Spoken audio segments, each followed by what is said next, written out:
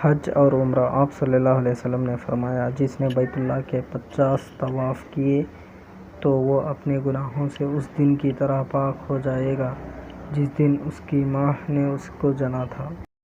نماز اسپیشل۔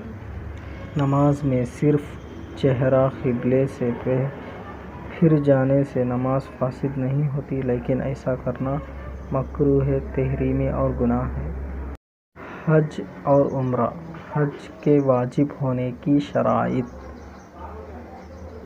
1 مسلمان ہونا، 2 حج کی فرضیت کا علم ہونا، 3 بالغ ہونا، نابالغ پر حج فرض نہیں۔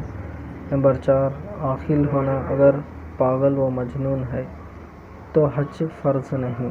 5 آزاد ہونا، غلام پر فرض نہیں۔ 6 حج کے سفر پر قادر ہونا۔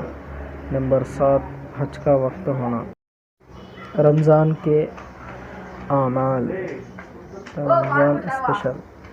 1 تہجد، 2 سحری، 3 روزہ، 4 فرض نمازوں کی پابندی، 5 تراویح کا اہتمام، 6 قرآن کی تلاوت، 7 توبہ و استغفار، 8 صدقہ و خیرات، 9 صبر و تحمل، 10 نوافل کا اہتمام۔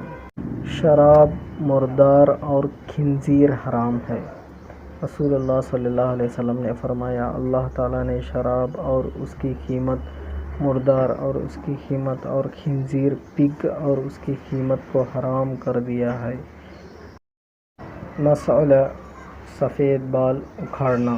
سوال: بہت سے لوگ سفید بالوں کو داڑھی اور سر میں سے اکھاڑتے ہیں، شرعاً کیا حکم ہے؟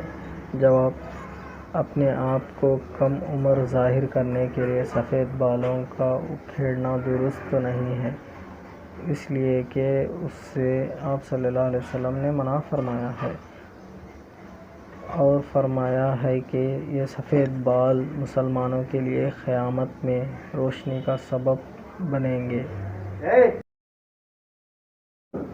رمضان اسپیشل مسئلہ: عورت حیض و نفاس کی حالت میں قرآن کی تلاوت کے علاوہ دوسرے اذکار یعنی تسبیح، درود شریف، استغفار اور مسنون دعائیں وغیرہ پڑھ سکتی ہیں۔ چاند گرہن میں حاملہ عورت کا کھینچی، چھری اور چاقو کا استعمال۔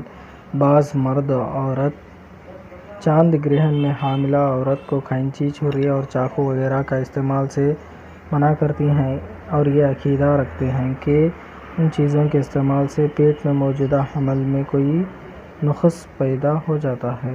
یہ محض وہم پرستی ہے، شریعت سے اس کا کوئی تعلق نہیں ہے، لہٰذا چاند گرہن کے دوران عورت بھی کھینچی، چھری اور چاقو وغیرہ استعمال کر سکتی ہیں۔ اس سے حمل پر کوئی اثر نہیں پڑتا، کیونکہ اثر دینے والی ذات صرف اللہ تعالیٰ کی ہے، اس لیے اس طرح کے باطل عقائد اور وہموں سے بچنا چاہیے۔ حج اور عمرہ۔ آپ صلی اللہ علیہ وسلم نے فرمایا، حج اور عمرہ کرنے والے اللہ کے مہمان ہیں۔ جب وہ لوگ دعا کرتے ہیں تو اللہ تعالیٰ ان کی دعا قبول فرماتے ہیں، اور جب مغفرت طلب کرتے ہیں تو اللہ تعالیٰ ان کی مغفرت فرما دیتے ہیں۔ حج اور عمرہ۔ آپ صلی اللہ علیہ وسلم نے فرمایا، حج اور عمرہ کو ایک ساتھ کیا کرو، اس لیے کہ یہ دونوں فقراء اور گناہوں کو اس طرح ختم کر دیتے ہیں جیسے بھٹی لوہے اور سونے چاندی کے میل کو ختم کر دیتی ہے، اور حج مبرور، مقبول کا بدلہ تو صرف جنت ہی ہے۔